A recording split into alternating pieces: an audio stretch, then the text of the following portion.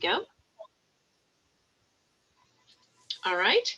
I think that Dr. Hernandez had or you all had his biography there on the screen, but so I have the same. The title of Dr. Fernando Hernandez's presentation today is Using Spanish Literature Circles to Support Bilingual Pre-Service Teachers' Academic Spanish Skills. And to tell you just a little bit about Dr. Hernandez, he's an assistant literacy professor at TAMUC.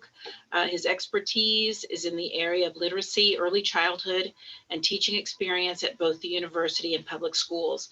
Currently is an assistant professor. He's a member of the following organizations: the National Association for the Education of Young Children, National Association for Bilingual Educators, Rio Grande Valley TABE, and Texas Association for Bilingual Educators. Let's see. Oh, that is TABE. Sorry about that. And the Texas Association for Literacy Educators, as well as the Texas Association for the Education of Young Children, and the Reading League. In addition, Dr. Hernandez is part of the TALE board for 3 years, which is the Texas Association for Literacy Educators. And for 3 years, he's been a member of that. And his research focuses on Spanish literature circles, Hispanic fathers' involvement in early literacy development, and best practices in teaching letter knowledge. So welcome, Dr. Hernandez. Thank you. Good morning. Hope all of you are having a great morning. My name is Dr. Hernandez. Like it was said in the introduction, my presentation is the following: using Spanish literature circles to support bilingual pre-service teachers' academic Spanish skills. I want to thank everybody for the invitation for the High Impact Teaching Practices Conference Spring 2021. Okay.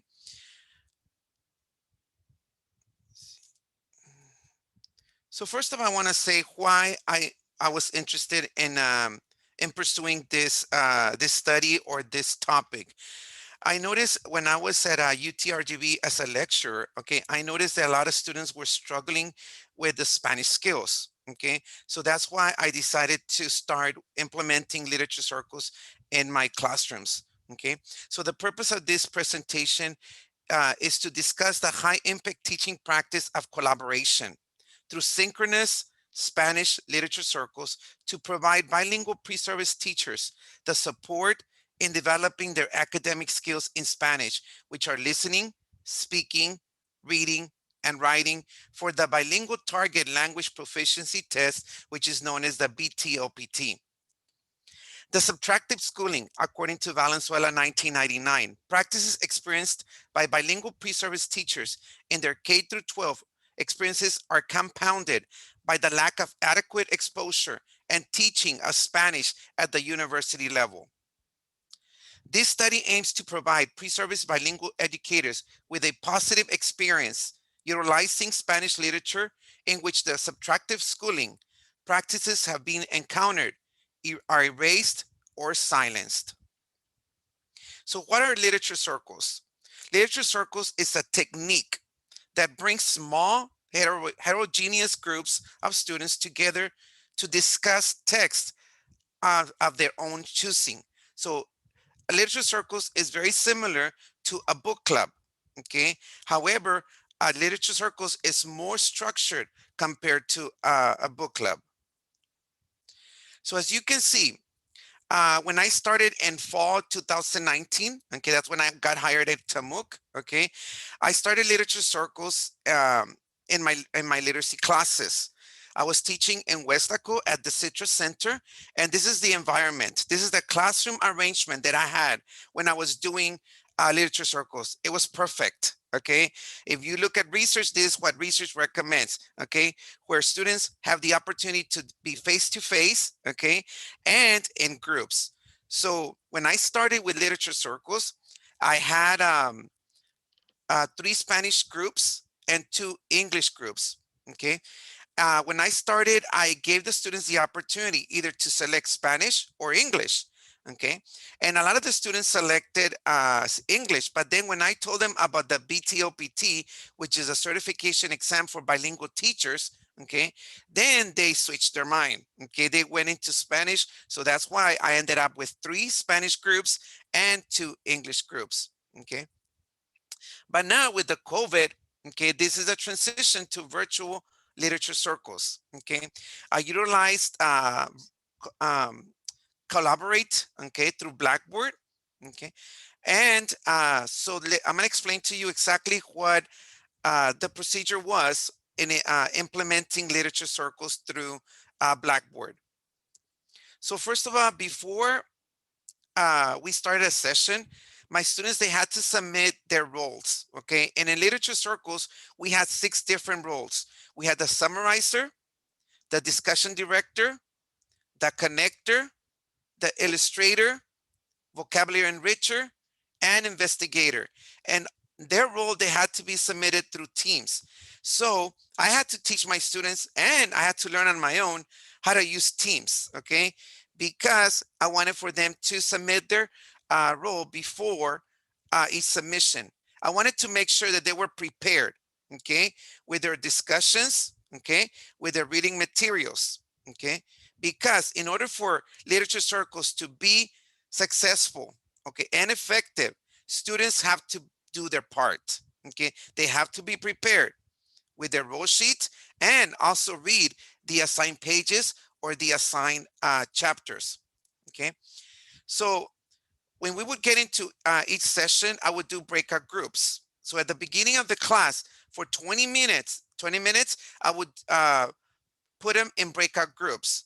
So they would go into their perspective group, okay, either the Spanish or the English. Like I said, it was their choice, okay, and they would be there for 20 minutes.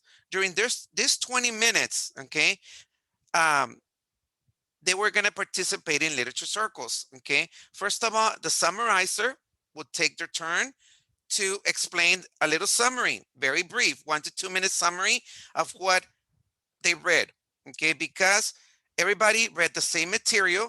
So therefore, it had to be only 1 to 2 minute summary. That's it. Then it was a discussion director, okay. So the discussion director was in charge of coming up with open-ended questions, okay, that will promote discussion, rich discussion, okay, throughout the session, okay.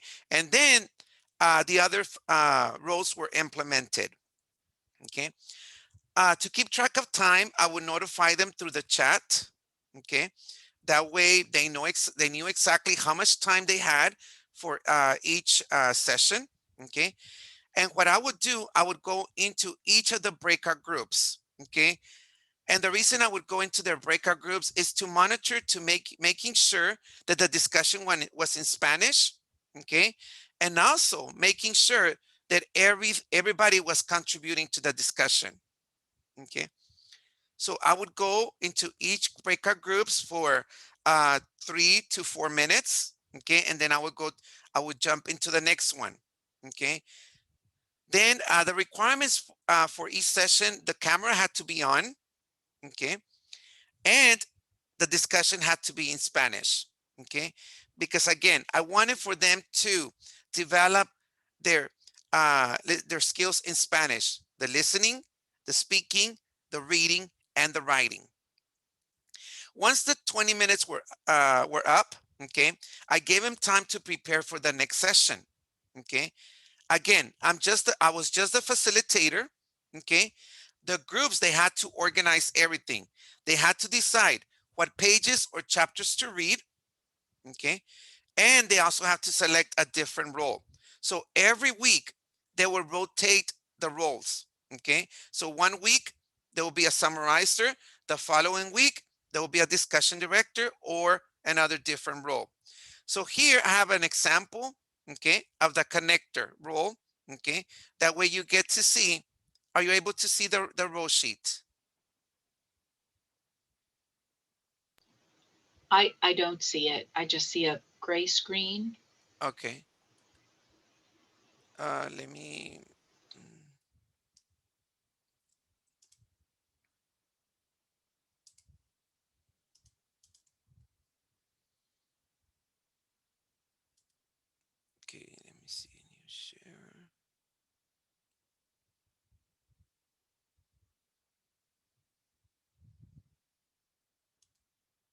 Okay, so let me continue, and then I'll see if I can share it. Okay. Okay, so here I had an example of a roll sheet. Okay, like I said, all the roll sheets, they have to be completed in Spanish or in English, depending on their groups. Okay, so these are some of the Spanish multicultural novels for literature circles. Okay, I did not assign the novels for them to read. They had to select them on their own. Okay, and what I noticed is that a lot of students were selecting books that they were able to make connections. Okay, so some of the books included Yo no soy tu perfecta hija mexicana by Erica Sanchez, Esperanza Rising by Pam Muñoz Ryan, El niño sin nombre, La lucha de un niño por sobrevivir by Dave Pelzer, Mil veces hasta siempre, John Green, y La hija olvidada by Armando Lucas Correa. Okay, so again, these are some of the novels that the students read, okay, during the Spanish literature circles. So one of the current projects that I'm working on with Dr. Guzman, okay, we're working on the implementation of Spanish literature circles with bilingual pre-service teachers in a Hispanic serving institution in South Texas. So we're looking to investigate bilingual pre-service teachers' perceptions towards participating in Spanish literature circles in a methods emergent reading course in a Hispanic serving institution in South Texas. And we are targeting three questions. What are bilingual pre-service teachers' perceptions towards participating in Spanish literature circles? The second one, what factors and experiences have molded the academic language proficiency of bilingual pre-service teachers that participated in Spanish literature circles for 5 weeks? And number three, how did participating in Spanish literature circles assist bilingual pre-service teachers develop academics Spanish? And the data collection consists of the following. I am collecting the pre-reflection, a post-reflection, and the language experience and proficiency questionnaire, which is the LIPQ, and the students' interviews. So here I have a video. Hopefully you're able to see it of a pre-service teacher experience after participating in Spanish literature circles. Hello, my name is Cecilia Lopez. I'm a student from Texas A&M Are you able to University of hear it? Kingsville. So today's I'm gonna be talking about my Yes. experience regards Thank you. on the literature circles that I attended from last year's class with Dr. Hernández. I will tell you this. My experience was a very challenging, but also a fun one too. Reason being because I remember that we did have the option of picking English literature circles and Spanish literature circles. And I decided to challenge myself to do Spanish literature circles because as a future educator, I actually am studying to become a bilingual educator. And it's very important for me to start now practicing and start reading some of these books in Spanish. But it's very hard for me because like I'm not very fluent in Spanish. This strategy was very helpful for me because as now passing through the semester, I actually feel a lot comfortable talking in Spanish, even though I'm also picking up the language too a little bit more, and also I'm starting to learn more words too, not just only by reading the books, but also able to communicate with other people. I really did enjoy the strategy that Dr. Hernández had provided for us, and hopefully he does continue introducing these strategies for the first year students in his classroom, because it's one of the best strategies I ever actually got to work with, because I never worked with literature circles, and it was the first time that I got introduced, and I really did enjoy it. And I'm hoping, which I'm not hoping, I'm actually do want to introduce that for my future students when I actually start working in public schools now. But I really do appreciate Dr. Ines for giving me the opportunity to talk about my experience to all of y'all, and hopefully y'all enjoyed it. But like I said, it was a really good strategy, and it has helped me as a future, as in the future now, and I know it's gonna help me continue on to work better on my Spanish. Now that I'm also picking up all the words, picking some of the words, and also feeling comfortable talking to other people in Spanish. Thank you.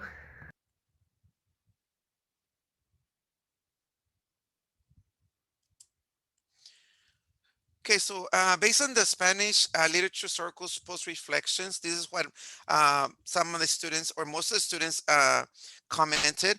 Students enjoy participating in Spanish literature circles because they had never participated in literature circles before. They had read novels, but not in Spanish. Okay, and most of the experiences have been either just answer some questions after they read a story, okay, or just complete an essay. Okay. They also had a great time in contributing to the rich discussion with their group members. Okay. And they were amazed at how they were able to relate to the characters in the book. Like I said, before they selected the book, they looked at the description and they selected books that they were able to make connections to.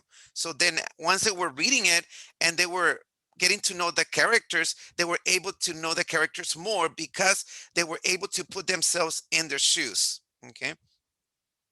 So some of the drawbacks of virtual implementation are the following.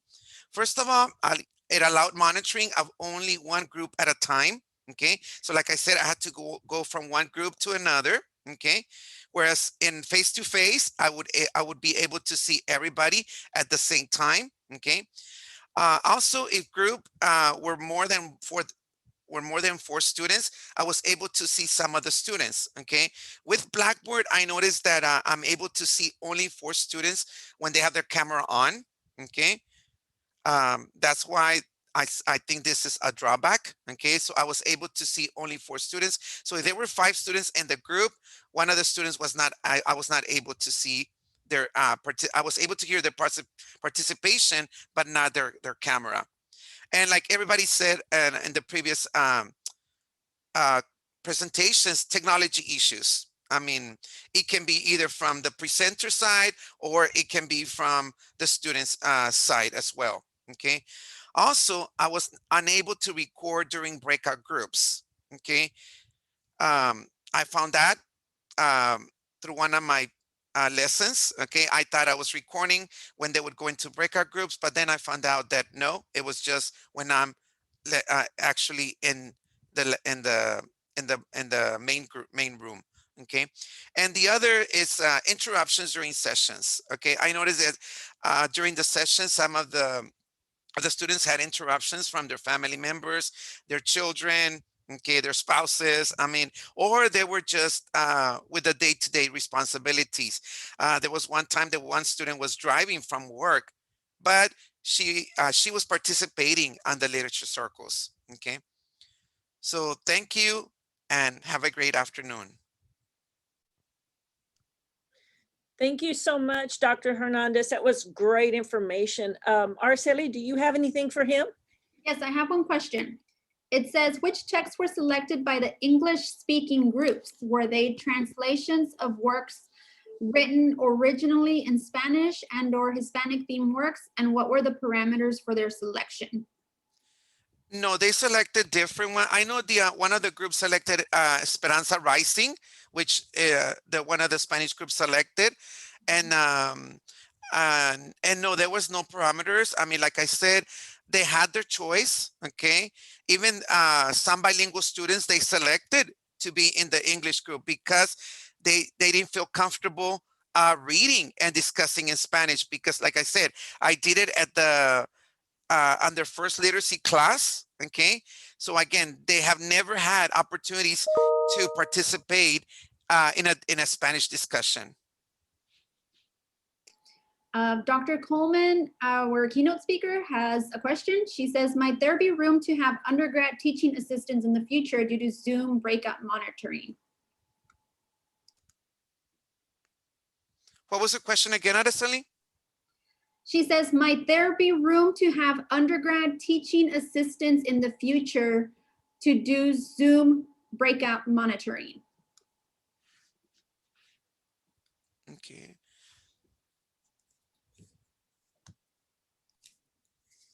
So I'm confused. Is that a question or a comment? No, it's a question. I guess she just wants to know if the ability to have like an undergraduate teaching assistant for Yeah, the go Zoom ahead. monitoring for the breakout sessions. Yeah, that's a great idea. If, like I said, I guess to find out, to get undergraduates, to I guess to volunteer, would be one. Another one, um, I guess Or it's a great idea. I assume. Go ahead. No, I said, or, instead of undergrad assistants, maybe a grad assistant as well. Mhm.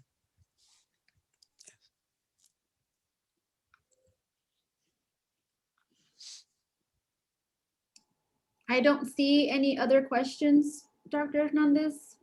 That was a really good presentation. I really enjoyed that. Thank you, Araceli. I would like to go ahead and jump in here. It looks like we've concluded our morning session. It's